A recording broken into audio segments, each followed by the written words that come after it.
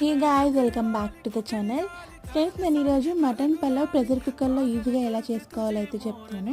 So mutton first clean చేసుకున్నాక ఇక్కడ కనిపిస్తున్న మసాలా పొళ్ళన్నీ వేసుకోవాలి. నేను కొంచెం క్వాంటిటీ చేస్తున్నా కాబట్టి ఈ క్వాంటిటీలో వేసుకున్నా. మీరు 1 kg మటన్ అలా చేసుకున్నట్టయితే మీకు తగినట్టు వేసుకోండి.